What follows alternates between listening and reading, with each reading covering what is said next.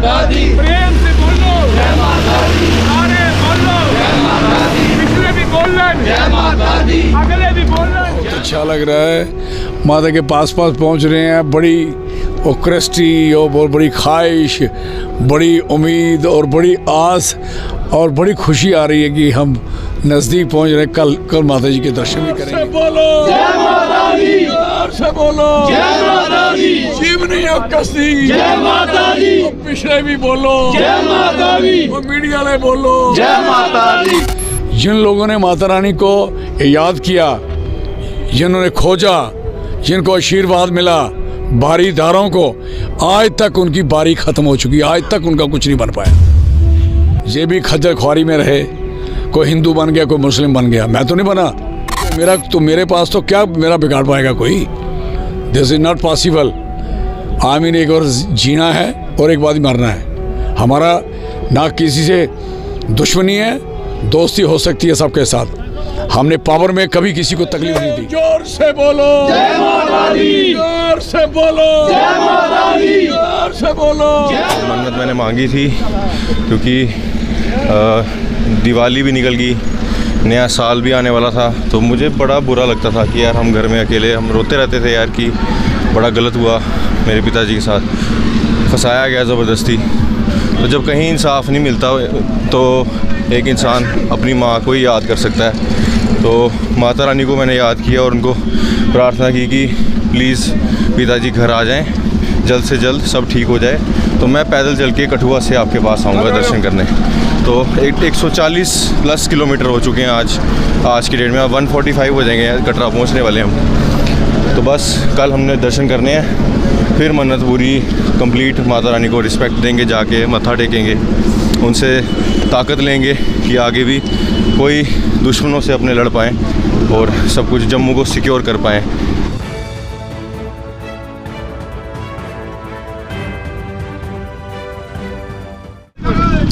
चौधरी लाल सिंह इस समय कटरा में मौजूद हैं। कटरा पहुंच चुके हैं अपने परिवार वालों के साथ और समर्थकों के साथ। सबसे पहले मैं कैमरामैन को बोलूंगा जरा चारों तरफ कैमरा घुमाएं और बताएं कि चौधरी लाल सिंह को जो पूरा प्यार कटरा में मिल रहा है वो देखने योग्य है। हर कोई यहाँ पर उनको हार पहना रहा है, जैसे कि आप तस्वीरों में देख सकते हैं।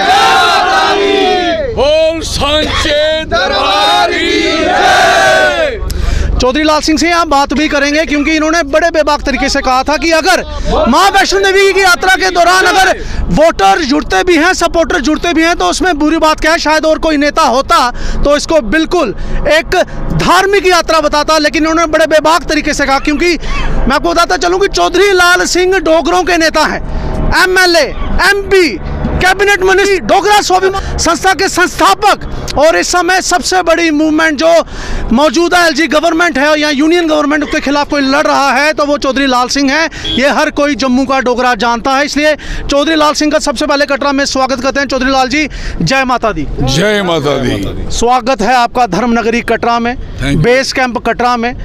चौधरी जी, मैं सबसे पहला सवाल यही पूछूंगा कि कैसा लग रहा है? बहुत अच्छा लग रहा है, माता के पास पहुंच रहे हैं। बड़ी क्रिस्टी और बहुत बड़ी ख्वाहिश, बड़ी उम्मीद और बड़ी आस और बड़ी खुशी आ रही है कि हम नज़दीक पहुंच रहे हैं।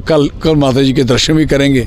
इससे बड़ी खुशी और क्या हो सकती है। दुनिया हर चीज़ मिलती है, दुनिया मिलती है, माता का दरबार बड़ी मुश्किल से मिलता है। जो प्यार आपको हर जगह मिला होगा, लेकिन कटरा में जो खासा प्यार मिल रहा है उसके बारे में क्या कहें?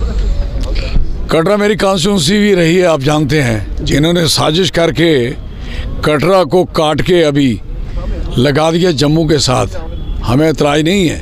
लेकिन क्वेश्चन है कि अगर कॉन्स्टिट्यूंसी बनानी थी, MP की लंबी कॉन्स्टिट्यूंसी होगी थी, नहीं चला जाता गुलाबगढ़, शेरगढ़ी, अंगराला, बगुदास, अगर नहीं जाया जाता सुरजनधार में, वैसे जो प्लेन में भी जाने वाले लोग नहीं हैं, नहीं जाए इलाका क्यों काटते यार?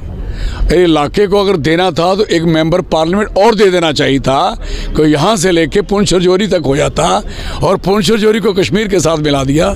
कहाँ का इंसाफ किया है? I am sorry for that.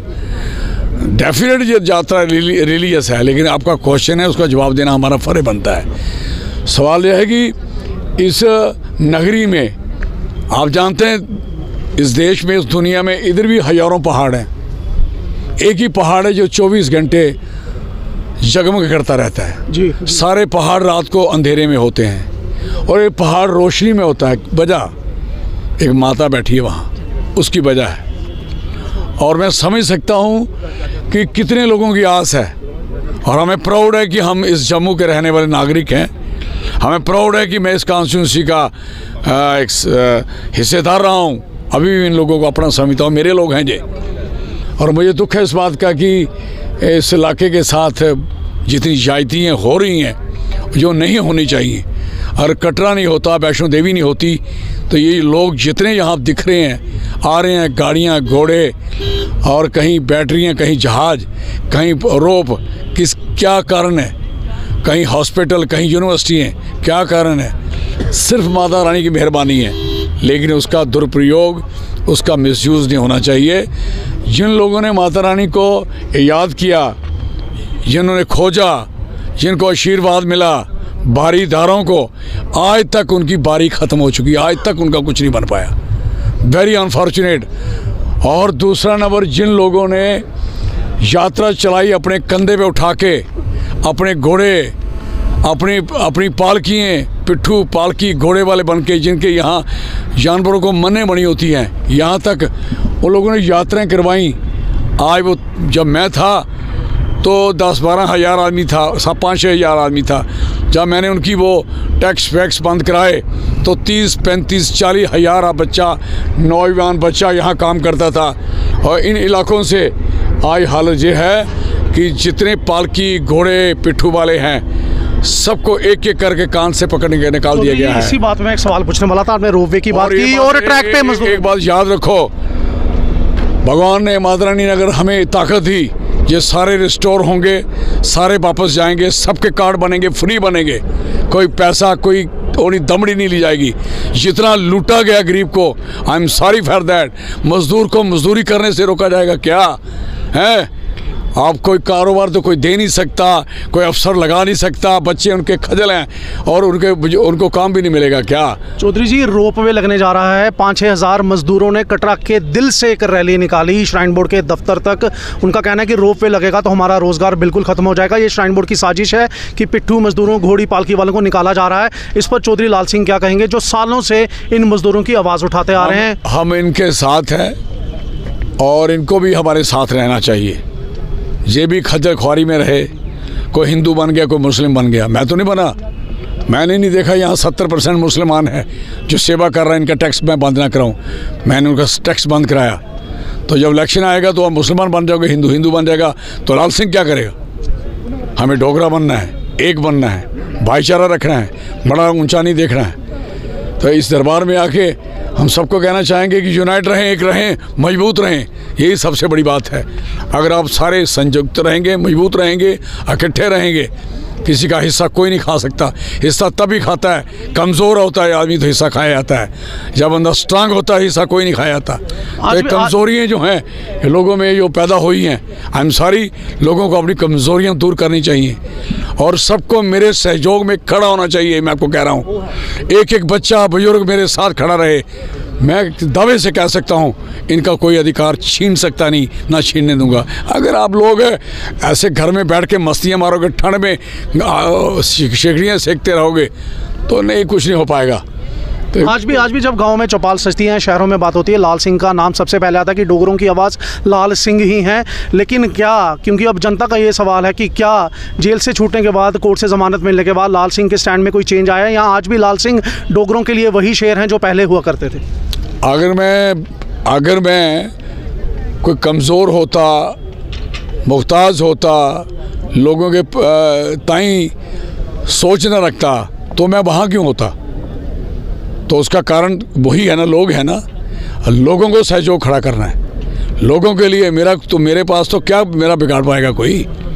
This is not possible. आमीन, एक बार जीना है और एक बार मरना है। हमारा ना किसी से दुश्मनी है, दोस्ती हो सकती है सबके साथ। हमने पावर में कभी किसी को तकलीफ़ नहीं दी और कभी बंदर के पास भी उस तरह आ गया था। जानते हैं ना क्या हाल होता है। पॉलिटिकल ओपोनेंट्स का चौधरी साहब लास्ट सवाल है। पॉलिटिकल ओपोनेंट्स का कहना है कि जिस तरह राहुल गांधी ने पूरे भारत में पैदल यात्रा करके वोट बटोरने की कोशिश की थी, जम्मू कश्मीर में, खासकर जम्मू में, इस कॉन्स्टिट्यूएंसी में, इस एरिया में लाल सिंह पैदल यात्रा करके एक वोट बैंक इमोशनल तौर पे बटोरने की कोशिश कर रहे हैं। क्या कहेंगे आप अपने अपोनेंट्स को? मैं आपको सुनाता हूँ, मैं ही एक आदमी हूँ जो 2 बार लोकसभा का यहाँ का मेंबर रहा हूँ। तीसरी बार अयाज साहब मेरे बड़े भाई, और टिकट मेरी नहीं लेते, मैं तीसरी बार भी मेंबर पार्लियामेंट होता। अंडरस्टैंड? तो मुझे वोट बटोरने की ज़रूरत क्या है? क्यों, किस चीज़ की है? मैं वोट बटोरना नहीं चाहता। मैं वोट सोच और दिमाग से, विजन से, नज़रिए से और एक मकसद से लेना चाहता हूँ। मेरा वोट छोड़ का ये मकसद नहीं है। I have no self interest. मेरा सेल्फ इंटरेस्ट होता तो मैं सड़कों में नहीं होता। मेरा सेल्फ इंटरेस्ट होता तो मैं किसी कारागार में नहीं पड़ा होता। I am sorry for that. मेरा इंटरेस्ट कोई नहीं है, मेरा इंटरेस्ट लोग हैं और लोगों को मेरा इंटरेस्ट देखना पड़ेगा। सीधी सी बात है, नहीं देखेंगे मुझे कोई प्रॉब्लम नहीं है। मैं सख्ती भुगती है, भुगत सकता हूँ, कोई प्रॉब्लम नहीं। मेरे साथ मेरा परिवार, मेरे साथी, मेरे वर्कर मेरे साथ खड़े हैं। सबसे पहले उनका नाम जानेंगे। सर, क्या नाम है आपका? जी, मेरा नाम दिव्य चंद्र प्रताप सिंह है। और मन्नत आपने मांगी कि पिताजी जब छूटेंगे, और वो जो गहरा संकट है वो पूरे डोगरा समाज ने इकट्ठे होकर आपके पिताजी का साथ दिया। सबसे पहले आप अपने पिताजी के बारे में बताएं, कैसा महसूस करते हैं उनके बारे में?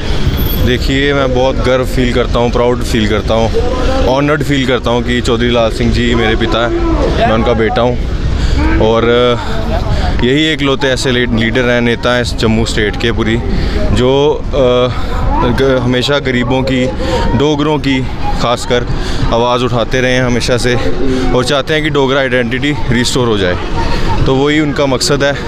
मेरा मकसद था कि मैं माता रानी के दर्शन करने जाऊं, तो पापा ने बोला कि चलो मैं भी आपके साथ चलता हूं यार, तू क्यों अकेला जाएगा, अपने घुटने किससेगा, दोनों चलेंगे माता रानी के पास। तो आज मेला लग गया पूरा।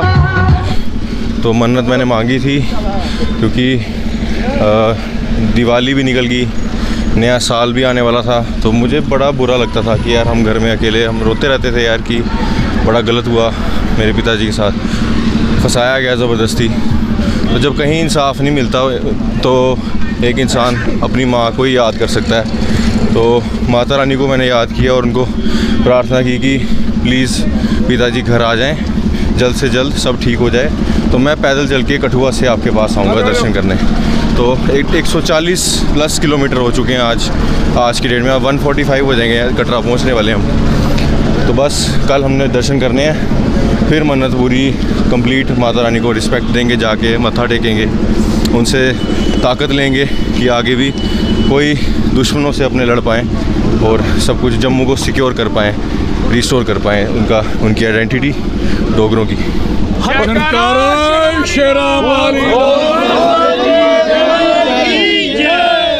जोर से बोलो, जय माता दी, जोर से बोलो, जय माता दी, जोर से बोलो, जय माता दी, जीवनी कसदी, जय माता दी, पिछले भी बोलो, जय माता दी, मीडिया में बोलो, जय माता दी, जय माता दी, जय माता दी। तो ये थे हमारे साथ चौधरी लाल सिंह जी। 4 तारीख को उन्होंने कठुआ से वैष्णो देवी की यात्रा पैदल शुरू की थी और आज कटरा में पहुंच चुके हैं। कटरा के एक पार्किंग में इनके शाम की चाय का इंतज़ाम किया गया है और आज कटरा में ही आराम करेंगे और कल सुबह नहा धोकर ये वैष्णो देवी के दर्शनों के लिए निकलेंगे।